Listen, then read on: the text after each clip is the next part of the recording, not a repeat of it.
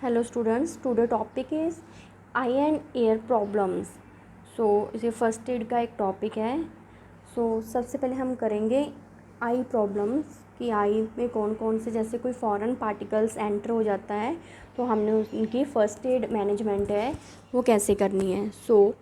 A speck of dirt or small object in the eye will often wash out with your tears. If the object is not removed, it may scratch the covering of the eye. Most corneal scratches are minor and heal on their own in a day or two.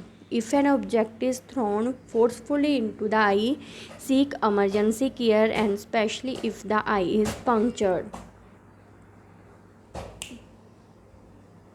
कहते क्या है कि हमारी आई में अगर कोई भी dirt या कोई स्मॉल ऑब्जेक्टिव जब अंदर चला जाता है तो हमने क्या करना है, और हमारी जो आइज़ है वो वॉश आउट होना स्टार्ट हो जाती है, मीन्स जो टीयर्स है वो निकलने स्टार्ट हो जाते हैं. आपने कभी देखा ही होगा, आपका खुद का एक्सपीरियंस भी होगा, कई बार कोई ऑब्जेक्ट ऐसे अंदर चला जाए तो हमारी जो आइज़ है उसके बीच में से टीयर्स निकलने लग जाते हैं, जिसको हम पानी बहना कहते हैं, कि वो स्टार्ट हो जाता है. कहते if the object is not remove it may scratch the covering. कहते अगर तो वो टीयर के साथ जो पानी निकल रहा है अगर उसके साथ ऑब्जेक्ट रिमूव हो गया तो इट्स ओके, फर्दर मैनेजमेंट की ज़रूरत नहीं है. लेकिन अगर कहते नहीं हुआ तो हमें क्या करना है कि हम मतलब वो क्या करेगा, हमारी जो आई की कवरिंग है जिसको हम कॉर्निया बोलते हैं उस पर नहीं तो स्क्रैच आ सकता है उसकी वजह से. तो कभी भी हमने क्या है अपनी आइज़ को, अगर कोई भी ऑब्जेक्ट अंदर चला गया है, कोई फॉरेन पार्टिकल्स अंदर चले गए हैं, डर्ट पार्टिकल चले गए हैं, तो कभी भी हमने अपनी आइज़ को जो है जल्दी से रिमूव नहीं करने बैठ जाना. Most corner scratches are minor and heal on their own in a day or two. कहते मोस्ट जो कॉर्नर स्क्रैच होते हैं हील हो जाते हैं, लेकिन कोई मतलब 1 और 2 दिन में हील होना स्टार्ट हो जाते हैं. If an object is thrown forcefully into the eye. कहते अगर ज़्यादा ही कोई फोर्सफुली मतलब ऑब्जेक्ट जो अंदर गया है कि एकदम आँख में अंदर चला गया है तो कहते उस कंडीशन में हमें एमरजेंसी जो है सीक एमरजेंसी केयर की ज़रूरत पड़ती है. तो स्पेशली आई इज़ पंक्चर्ड, क्योंकि इसमें हम पंक्चर्ड वूंड बोल सकते हैं कि आइज़ मतलब पंक्चर हो गई है किसी ऑब्जेक्ट फोर्सफुल की वजह से अंदर जाने की वजह से. देखो होम ट्रीटमेंट क्या करना है. अब अगर हमारी जो है आई में कोई फॉरेन पार्टिकल एंटर हो गया है तो हमने क्या करना है, डू नॉट रब the eyes because doing so could scratch cornea. कभी भी कुछ भी आपके आई पार्टिकल मतलब अंदर आइज़ में कुछ चला गया है तो आपने रब नहीं करना, आपने वहाँ अपनी आइज़ को मलने नहीं स्टार्ट कर देना. No, don't rub the eye because इसकी वजह से क्या हो सकता है, हमारी जो कॉर्निया है जो कवरिंग आई की उस पर स्क्रैच हो सकते हैं. You may have to restrain small children from rubbing. और हमने बच्चों को भी समझाना होता है कि कभी भी आँख में कुछ चले जाए तो अपनी आँख को जो है मसाज नहीं करनी, मतलब उसको जल्दी से आँख को रब करना स्टार्ट नहीं कर देना. फर्स्ट पॉइंट, डू नॉट रब the eye because doing so could scratch cornea. You may have to restrain small children from rubbing. Then second,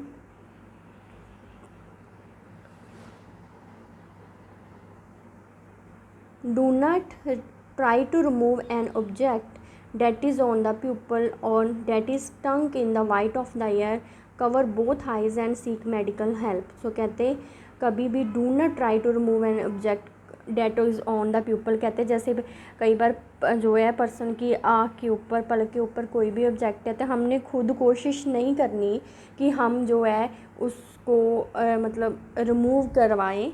then that is stuck in the white of the eye. कहते जो white area है आई का उसमें stuck हो सकता है. Cover both eyes and seek medical help. और उसी टाइम अपनी आइज़ को बंद करके रखो और सीक मेडिकल हेल्प मीन्स कि अगर आपको मेडिकल असिस्टेंस की ज़रूरत है ट्रीटमेंट की तो फर्दर करवाओ. Wash your hand before touching the hands eyes and मतलब जब भी आपने आइज़ को टच करना है सबसे पहले आपके हैंड वॉशिंग होनी चाहिए. अगर खुद कर रहे हो तो अगर आपके खुद के जो हैंड है वो मतलब गंदे हैं तो आप अपने हैंड वॉश करो। और जो अगर कोई एज ए फर्स्ट एड का पार्ट काम कर रहा है तो वो भी अपने हैंड वॉश करें। So if the object is at the side of eye और the lower lid, moisten a cotton swab or the tip of twisted piece of tissue and touch the end to the speck. The object should cling to the swab or tissue. Some minor irritation is common after you have removed the object. देखो already हमने जिस procedure एक किया हुआ था आई and air irrigation में, तो ये मैंने आपको वहाँ बताया था कि कैसे हमने नॉन डोमिनेंट हैंड को जो है कंजक्टिवा एरिया से जो है नीचे को लेकर फिर हम उसमें जैसे ड्रॉप्स डालते हैं, तो ऐसे ही हमने अपनी जो है देखो क्या है, हमने पहले जो कॉटन स्वैब है वो जो मोस्टन वो यूज़ किया हुआ है, तो हम उसको पहले इधर ले रहे हैं side of the eye of the lower lid. Then उसके बाद सपोज जहाँ पर एंटर हुआ है ये जो शो हो रहा है कि इधर एक चीज़ कोई एंटर फॉरेन आर्टिकल्स जो है ऑब्जेक्ट जो है एंटर है, क्लियर। देन उसको फिर हम वो एयरबड के साथ या कोई भी कॉटन ट्विस्ट हमने बनाई हुए हैं तो उसके साथ मतलब साथ हम निकाल रहे हैं। सो देखो नॉन डोमिनेंट है मतलब एक हैंड के साथ हमने फिंगर के साथ जो है ये पार्ट को नीचे की तरफ किया है लोअर लिड को। So gently wash the eye with cool water and eye dropper have, कहते हैं इसके बाद जब हम ऐसे रिमूव कर देते हैं फॉरेन पार्टिकल को घर में ही, तो उसके बाद हमने अपनी आइज़ को जेंटली वॉश करना है विद कूल वाटर के साथ। एंड उसके बाद अगर आपके पास कोई भी एंटीबायोटिक ड्रॉप्स पड़ा है तो आप एक एक ड्रॉप्स जो है तो मतलब अपनी आइज़ में जो है डाल सकते हो।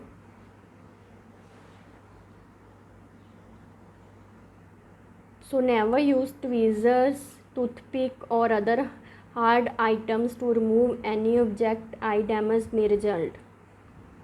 कहते हैं हमें कभी भी जो है अपनी आइज़ को मतलब लाइक हम कोई ट्वीचर्स यूज़ करने लग जाए या टूथपिक अपनी आइज़ को यूज़ करने लग जाए उस आर्टिकल को निकालने के लिए पार्टिकल को, तो वो कभी भी हमने ऐसी कोई शार्प जो ऑब्जेक्ट है वो यूज़ नहीं करनी।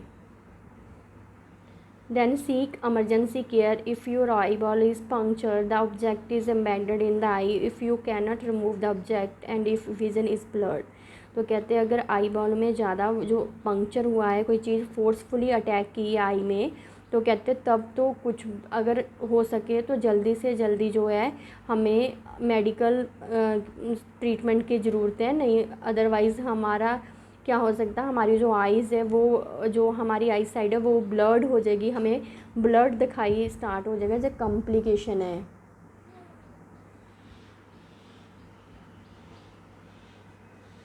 So object in the ears, so children sometimes put small object in their ears or insect may crawl into the air.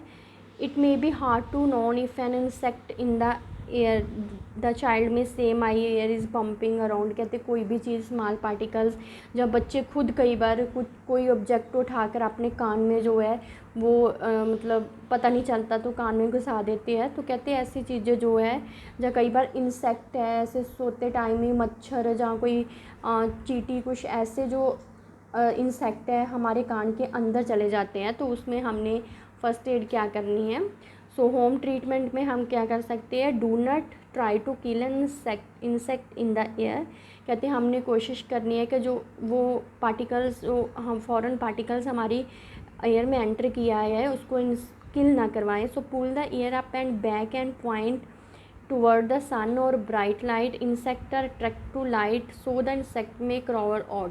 कहते क्या है उसको अंदर किल करने की बजाय अगर हम उसका, आपको पता ही मैंने पोजीशन समझाई थी कि अडल्ट में क्या है और चाइल्ड में कैसी होती है, तो हमने क्या है उसको डाउनवर्ड कर कर बैकवर्ड कर कर तो देखना है। कहते हम वहाँ पर लाइट टॉर्च के हेल्प के साथ लाइट को ऑन करेंगे तो जो वो इंसेक्ट अंदर गया है कान में तो वो उस लाइट की वजह से जो अट्रैक्ट होगा तो वो बाहर को निकलना स्टार्ट हो जाएगा। सो कहते हैं इसलिए कोशिश यही करें कि इंसेक्ट को अंदर ही ट्राई किल ना करवाएं, लाइट की वजह से उसको अट्रैक्ट करें और वो बाहर आ जाए, तो बेटर है। सो उसके साथ आप क्रॉवल आउट करवा दो। क्लियर। सो हम ऐसा ही करते, कई बार सोते हैं कि जैसे हमारे घर में कोई सरसों का तेल है, उसको गर्म कर कर अंदर दे दो, कॉटन की टिप लगा दो, तो उसकी वजह से क्या होगा, फॉरेन पार्टिकल अंदर ही जो है वो इंसेक्ट अंदर ही मर जाएगा। लेकिन उसके बाद अगर बाहर ना आया तब भी अंदर इन्फ्लामेशन इन्फेक्शन होने के चांस है। तो ये बेटर है कि आप उसको लाइट की, ब्राइट लाइट के तरफ अट्रैक्ट करवाओ। So if the insect doesn't crawl out, fill the air canal with mineral olive और baby oil, the insect may float out। कहते उसके बाद भी अगर नहीं आ रहा, क्रॉवल नहीं हो रहा, बाहर को नहीं आ रहा इंसेक्ट, तभी आप थोड़ा सा ऑलिव ऑयल या बेबी ऑयल या कोई भी ऑयल जो है वो अंदर डालो धीरे धीरे ड्रॉपर की हेल्प की वजह से। तो कहते जो इंसेक्ट है वो फ्लोट आउट हो जाएगा, मीन बाहर की तरफ को आ जाएगा। Then to remove other object in the air, tilt the head to the side and shake it and gently pulling the air up and back and straighten the air canal and help dislodge the object। कहते फिर अगर object को हमने remove करवाना है तो हमने अपनी जो है हेड को टिल्ट कर देना एक साइड को, then shake it, then gently pulling ear up and back straighten the ear. So next, if the object is soft and can be easily seen, try careful to remove it with tweezer। कहते अगर आपको in case फिर भी कोई object ऐसा है कि हाँ इस ऐसा करने से नहीं निकल पाता, तो हमने क्या करवाना है कि ट्वीज़र, आपने ट्वीज़र को जैसे प्लकर बोलते हो ना, तो उसके कहते हैं अगर आपको दिख रहा है तो आप ट्वीज़र की हेल्प से ईज़िली जो है उसको रिमूव कर सकते हो।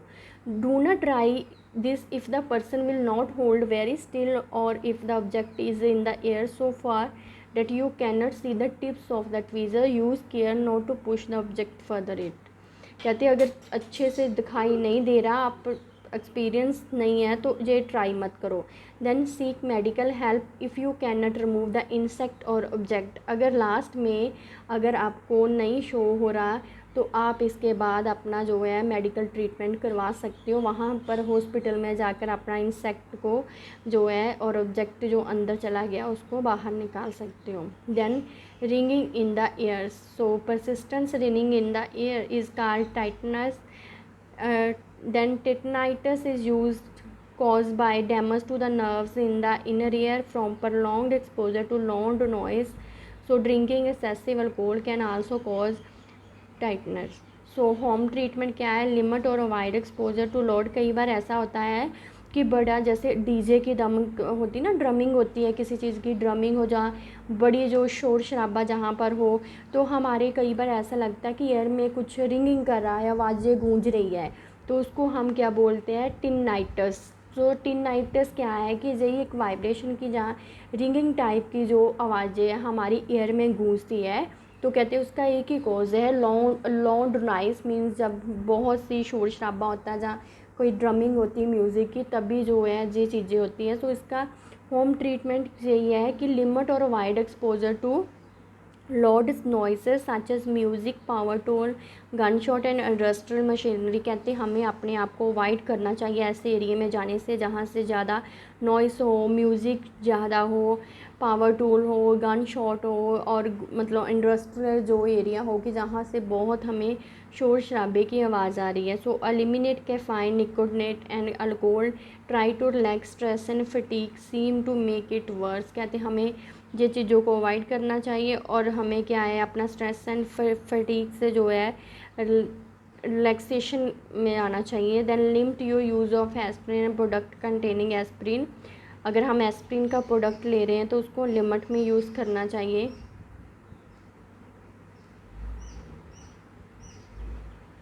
ओके, सो ये भी एक मतलब प्रॉब्लम थी। नॉर्मली प्रॉब्लम है कि अगर रिंगिंग इन द, जिसको टिनाइटस बोलते हैं, सो टिनाइटस जो है वो नर्व्स को डैमेज, इनर ईयर की जो नर्व्स है वो डैमेज हो जाती है, इसमें होना स्टार्ट हो जाती है। तो कहते इसका एक ही कॉज़ है इसके पीछे का, कि इसी की वजह से होती है कि हमारे जो है ज़्यादा शोर शराबे की वजह से हमारे कान में आवाज़ें गूंजने स्टार्ट हो जाती है, रिंगिंग होना स्टार्ट हो जाती है।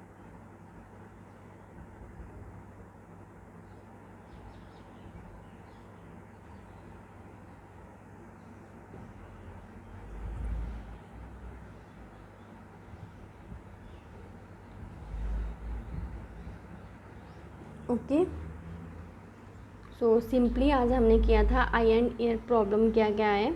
सो आइज़ में क्या है, होम ट्रीटमेंट, कभी भी रब नहीं करना, कभी भी खुद अगर कोई चीज़ ऐसे फोर्सफुली लगी है तो खुद निकालने की कोशिश मत करो, किसी एक्सपीरियंस असिस्टेंट्स की हेल्प कर लो। यहाँ पर मैंने आपको ज़्यादा इसलिए नहीं समझाया क्योंकि ऑलरेडी हमने प्रोसीजर किया हुआ आई इरिगेशन का।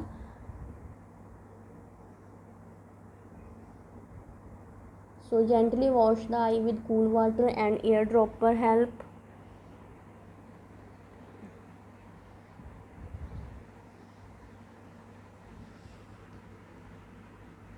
Never use tweezer, toothpick or other hard items to remove any object and eye damage may result. And seek emergency care if the eyeball is punctured. Object in the ears. Do not try to kill an insect in the ear. Pull the ear up and back and point it toward the sun or bright light.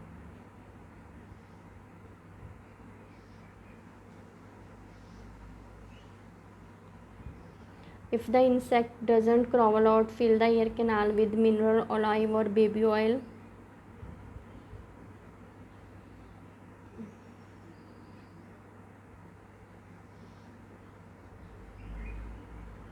इसमें एक ही है कि अगर देखो यहाँ तक है, अगर आपको सुपरफिशियल दिखाई दे रहा है तो आप ट्वीज़र की हेल्प से निकाल लो, लेकिन अगर आगे तक है तो आगे तक अगर आपने कोशिश की तो आपको पड़ता है, हम जैसे पंजाबी में बोलते हैं कि किसी पर्सन का पर्दा जो फट गया, तो ऐसे जो मतलब जो नर्व्स हैं ईयर्स की उनका डैमेज होने के चांसेस होते हैं। सो यही जो काम है एक एक्सपर्ट करे तो उसके लिए बेटर है।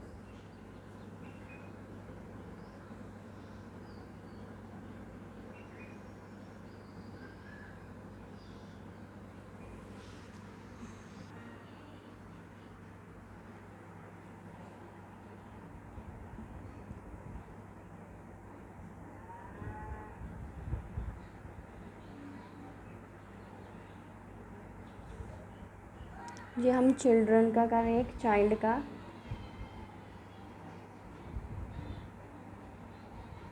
कहते हैं अगर उसके ईयर में कुछ चला गया तो हम वार्म वाटर के साथ उसको फ्लोट करवा सकते हैं।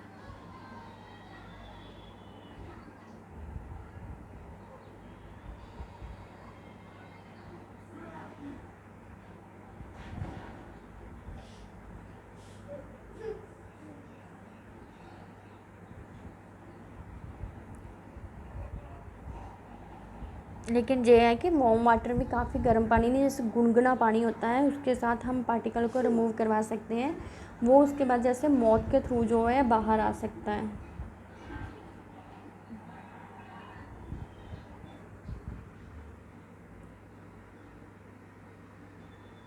ये देखो अगेन,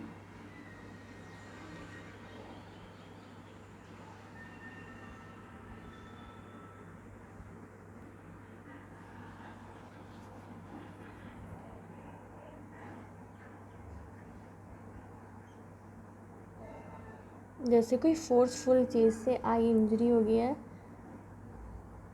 वो जो ब्लड क्लॉट फॉर्मेशन है वो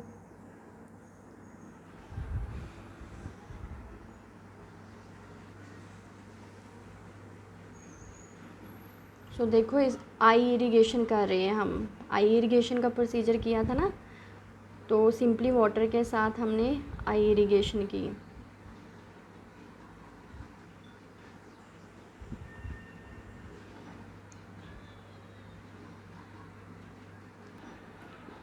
One more video is there.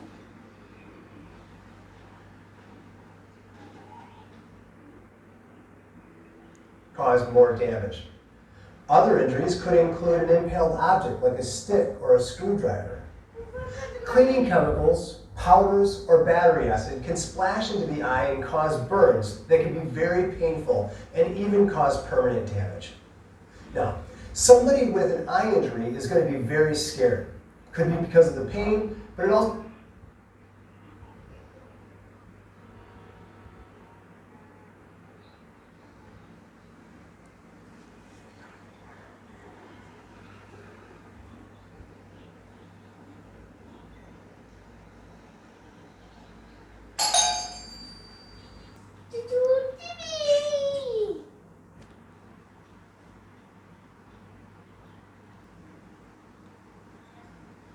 Okay students, तो आज हमने यही किया कि आई एंड एयर में अगर कोई foreign object and particle centre हो जाता है तो आपने होम ट्रीटमेंट क्या करना, मींस फर्स्ट एड जो है वो होम ट्रीटमेंट मतलब होम में कैसे अप्लाई करनी है। Okay, so thank you students.